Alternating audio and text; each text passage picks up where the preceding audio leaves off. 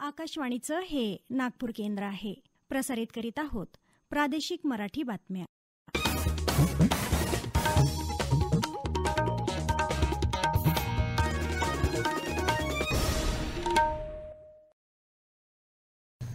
आकाशवाणी नागपूर. स्वाती सोनपेटकर आपल्याला प्रादेशिक बातम्या देत आहे. ठळक बातम्या. देशभरातले नागरिक विकसित भारताचा संकल्प प्रत्यक्षात आणण्यासाठी प्रयत्नशील असल्याचं पंतप्रधान नरेंद्र मोदी यांचं प्रतिपादन. रोजगार निर्माण करणाऱ्या अर्थव्यवस्थेची देशाला गरज, केंद्रीय मंत्री नितीन गडकरी. नमो महारोजगार मेळाव्याचं उद्घाटन. गेल्या 10 वर्षातल्या परिवर्तनात्मक सुधारणांमुळे देशाची अर्थव्यवस्था जोमानं वाढत असल्याचे पंतप्रधानांचे गौरवोद्गार. आणि 300 कोटींच्या सिमेंट रस्ते बांधकामासाठीच्या निविदा प्रक्रियेला नागपूर महानगरपालिकेद्वारे सुरुवात. सर्वांच्या एकत्रित प्रयत्नांमुळेच भारत विकसित होईल असा विश्वास पंतप्रधान नरेंद्र मोदी यांनी व्यक्त केला आहे. पंतप्रधानांनी आज विकसित भारत संकल्प यात्रेतल्या लाभार्थ्यांशी दूरस्थ पद्धतीनं संवाद साधला, त्यावेळी ते बोलत होते. देशातले गरीब, महिला वर्ग, युवक युवती आणि शेतकरी हे सर्व आपल्यासाठी व्हीआयपी अर्थात अतिमहत्वाचे आहेत. त्यांच्यासाठी ही यात्रा असल्याचं पंतप्रधान म्हणाले. संपूर्ण देशभरातले नागरिक विकसित भारत संकल्प यात्रेशी जोडले असून विकसित भारत हा संकल्प सत्यात आणण्यासाठी प्रत्येक कुटुंब मनापासून प्रयत्न करत आहे. गेल्या 10 वर्षात केंद्र सरकारनं लोकांच्या विकासासाठी सातत्यानं कार्य केलं आहे. विविध कल्याणकारी योजना आखल्या आहेत. या योजनांचे लाभ सर्वदूर पोहोचावेत या दृष्टीनं या यात्रेचं आयोजन करण्यात आलं आहे, असं पंतप्रधानांनी सांगितलं. ही यात्रा अत्यंत कमी कालावधीत देशातल्या 40,000हून अधिक ग्रामपंचायतींपर्यंत पोहोचली असून 1.25 कोटीपेक्षा जास्त नागरिक यात सहभागी झाले आहेत. नागपुरातील राष्ट्रसंत तुकडोजी महाराज नागपूर विद्यापीठाच्या जमनालाल बजाज प्रशासकीय भवन परिसरात आयोजित नमो महारोजगार मेळाव्यातही या संकल्प यात्रेच्या प्रचार वाहनाला उपमुख्यमंत्री देवेंद्र फडणवीस, कौशल्य आणि रोजगार मंत्री मंगल प्रभात लोढा, नागपूरच्या विभागीय आयुक्त विजयलक्ष्मी बिद्री, जिल्हाधिकारी डॉ. विपिन इटनकर यांनी भेट देत कॅलेंडरचं लोकार्पण केलं. यावेळी उपमुख्यमंत्री देवेंद्र फडणवीस यांनी प्रदर्शनीत लावण्यात आलेल्या विविध योजनांच्या स्टॉलला भेट दिली. नमो महारोजगार मेळाव्यात केंद्रीय मंत्री नितीन गडकरी यांनी उपस्थित असलेल्या कर्मचारी, अधिकारी तसंच युवकांना विकसित भारताची शपथ दिली. विकसित भारत संकल्प यात्रेत लाभार्थ्यांनी पंतप्रधान नरेंद्र मोदींचा संवाद ऐकला, तसंच विविध योजनांची माहिती उपस्थित विद्यार्थी आणि नागरिकांनी घेतली. पंतप्रधान नरेंद्र मोदी यांनी 5 ट्रिलियन अर्थव्यवस्थेचा निर्धार केला आहे. देशातील तरुणांना जास्तीत जास्त प्रमाणात रोजगार मिळवून देण्याच्या दृष्टीनं पाऊलही टाकलं आहे. आपली अर्थव्यवस्था रोजगार निर्माण करणारी असणं देशाची गरज आहे.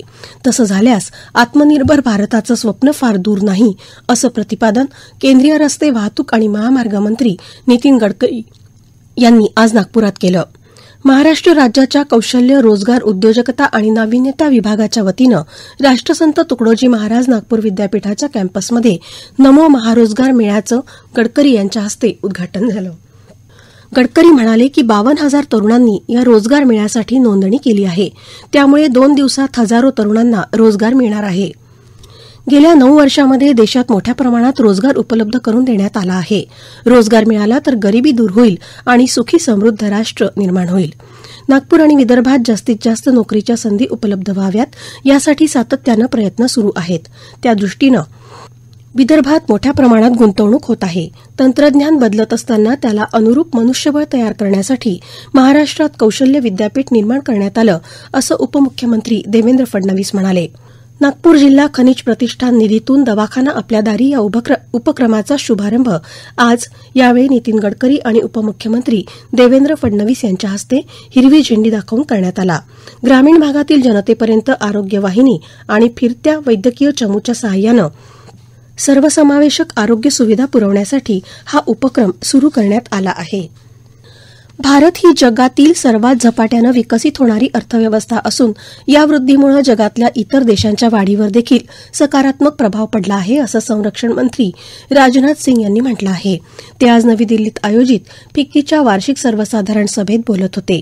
भारत 2027 पर्यंत जगातल्या पहिल्या 3 अर्थव्यवस्थांमध्ये पोहोचेल असा अंदाज अनेक विशेषज्ञ व्यक्त करत आहेत, असं ते म्हणाले. पंतप्रधान नरेंद्र मोदी यांच्या नेतृत्वाखालील सरकार सत्तेवर आल्यापासून देशानं विविध क्षेत्रात प्रगती केली आहे असं त्यांनी सांगितलं. संरक्षण क्षेत्रात अभिनव परिवर्तन आलं आहे. सैनिकी शाळांमध्ये मुली प्रवेश घेत असून लष्कर, हवाई दल आणि नौदलाच्या महिला अधिकारीही राष्ट्रीय संरक्षण प्रबोधिनीमध्ये प्रशिक्षण घेत आहेत. तसंच अग्निवीरच्या माध्यमातून मोठ्या संख्येनं मुली सशस्त्र दलात सामील होत आहेत असं ते म्हणाले. या प्रादेशिक बातम्या आपण आकाशवाणीच्या नागपूर केंद्रावरून ऐकत आहात. आमच्या केंद्रावरील सर्व बातम्या ऐकण्यासाठी आणि ताज्या घडामोडी जाणून घेण्यासाठी Marathi news Nagpur all India radio या आमच्या युट्यूब चॅनलला नक्की सबस्क्राईब करा. संपूर्ण जग भारताकडे मोठ्या अपेक्षेनं पाहत असून गेल्या तिमाहीत भारताची 7.6% जीडीपी वाढ हा गेल्या 10 वर्षातील परिवर्तनात्मक सुधारणांचा परिणाम आहे असं पंतप्रधान नरेंद्र मोदी यांनी म्हटलं आहे. ते आज अहमदाबादमधल्या गिफ्ट सिटीमध्ये आयोजित इन्फिनिटी फोरमच्या दुसऱ्या आवृत्तीला दूरस्थ पद्धतीनं संबोधित करत होते. सुशासन धोरणांना दिलेलं सर्वोच्च प्राधान्य आणि लोकांचं हित लक्षात घेऊन घेतलेले निर्णय या सर्वांची फलनिष्पत्ती भारतीय अर्थव्यवस्थेच्या वृद्धीमधून दिसून येते असं ते म्हणाले. वित्तीय तंत्रज्ञान क्षेत्रातल्या तज्ज्ञांनी एकत्र येऊन विचारमंथन करावं आणि जगाला भेडसावणाऱ्या अनेक समस्यांवर आपल्या नवकल्पनांच्या आधारे उपाय शोधावेत असं आवाहन त्यांनी केलं. भारत आज आपल्या युवाशक्तीच्या जोरावर जागतिक क्षमता केंद्र म्हणून उदयाला आला आहे. भारतामध्ये प्रत्येक प्रकारच्या गुंतवणूकदारासाठी आणि कंपन्यांसाठी वैविध्यपूर्ण संधी उपलब्ध आहेत असंही ते म्हणाले. राज्यातील शेतकरी अडचणीत आहे. शेतमालाला भाव नाही. सरकार मदतीच्या कोरड्या घोषणा करत आहे. तरुणांना नोकऱ्या नाहीत. आरक्षणावर निर्णय घेतला जात नाही. ड्रग माफियांचा सुळसुळाट झाला आहे. पण भाजप प्रणित शिंदे सरकार जनतेच्या या मूलभूत प्रश्नांकडे जाणीवपूर्वक दुर्लक्ष करत आहे. त्यामुळे सरकारला जाब विचारण्यासाठी महाराष्ट्र प्रदेश काँग्रेस कमिटीचा हल्लाबोल मोर्चा 11 डिसेंबर रोजी विधानभवनावर धडकणार आहे. विदर्भातील नागरिकांनी या मोर्चात मोठ्या संख्येनं सहभागी व्हावं असं आवाहन काँग्रेस प्रदेशाध्यक्ष नाना पटोले यांनी केलं आहे. नागपूर शहरातील विविध भागांमध्ये सिमेंट रस्ते बांधकामासाठी महाराष्ट्र राज्य शासनाकडून सिमेंट कॉन्क्रीट रस्ते प्रकल्प 4 साठी 300 कोटी रुपये निधी प्राप्त झाला असून या संदर्भात निविदा प्रक्रियेला नागपूर महानगरपालिकेद्वारे सुरुवात करण्यात आलेली आहे. मनपा आयुक्त आणि प्रशासक डॉक्टर अभिजित चौधरी यांच्या मार्गदर्शनाखाली सदर ई निविदा प्रक्रिया मनपाच्या सार्वजनिक बांधकाम विभागातर्फे राबवण्यात येत आहे. नागपूर महानगरपालिकेनं सिमेंट रस्ते प्रकल्प टप्पा 1, 2 आणि 3 अंतर्गत आज पावेतो एकंदर 100 किलोमीटर लांबीच्या रस्त्यांचं सिमेंट कॉन्क्रिटीकरण करण्यात आलं आहे. 100 किलोमीटर लांबीच्या डांबरी रस्त्यांचं सिमेंट कॉन्क्रिटीकरण झाल्यामुळे डांबरी रस्त्यांना पावसाळ्यात खड्डे पडल्यानं नेहमी करावं लागणारं दुरुस्ती कार्य आता बंद झालं असून देखभाल दुरुस्तीवर होणारा खर्च निश्चितपणे कमी झाला आहे. सद्यस्थितीत शहर सिमेंट कॉन्क्रीट रस्ते प्रकल्प टप्पा 4 करता शासनाद्वारे नागरी स्थानिक स्वराज्य संस्थांच्या परिक्षेत्रात अधिसूचित विशिष्ट नागरी सेवा आणि सुविधा पुरवणे या अंतर्गत रुपये 300 कोटी महानगरपालिकेस प्राप्त झाले आहेत. टप्पा 4 अंतर्गत एकंदर 14 पॅकेजमधील 23.45 किलोमीटर लांबीच्या एकंदर 33 रस्त्यांच्या कामांना दिनांक 1 डिसेंबर 2023च्या आदेशान्वये शासनानं मंजुरी प्रदान केली आहे. विकसित शहराच्या संकल्पनेत प्रत्येकाला पायाभूत सुविधांची पूर्तता करणं गरजेचं आहे. राज्याचं अर्थचक्र व्यवस्थित ठेवण्यासाठी बांधकाम क्षेत्राचं योगदान मोठं असून या क्षेत्राला योग्य न्याय देण्याचा आणि समस्या सोडवण्यासाठी आपलं सर्वतोपरी प्राधान्य राहणार असल्याचं प्रतिपादन राज्याचे उपमुख्यमंत्री तथा वित्त आणि नियोजन मंत्री अजित पवार यांनी केलं.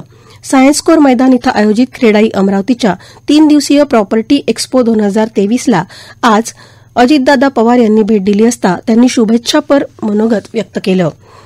शेवटी पुन्हा काही ठळक बातम्या. देशभरातले नागरिक विकसित भारताचा संकल्प प्रत्यक्षात आणण्यासाठी प्रयत्नशील असल्याचं पंतप्रधान नरेंद्र मोदी यांचं प्रतिपादन. रोजगार निर्माण करणाऱ्या अर्थव्यवस्थेची देशाला गरज. केंद्रीय मंत्री नितीन गडकरी. नमो महारोजगार मेळाव्याचं उद्घाटन. गेल्या 10 वर्षातल्या परिवर्तनात्मक सुधारणांमुळे देशाची अर्थव्यवस्था जोमानं वाढत असल्याचे पंतप्रधानांचे गौरवोद्गार. आणि 300 कोटींच्या सिमेंट रस्ते बांधकामासाठीच्या निविदा प्रक्रियेला नागपूर महानगरपालिकेद्वारे सुरुवात. याबरोबरच हे प्रादेशिक बातमीपत्र संपलं. नमस्कार.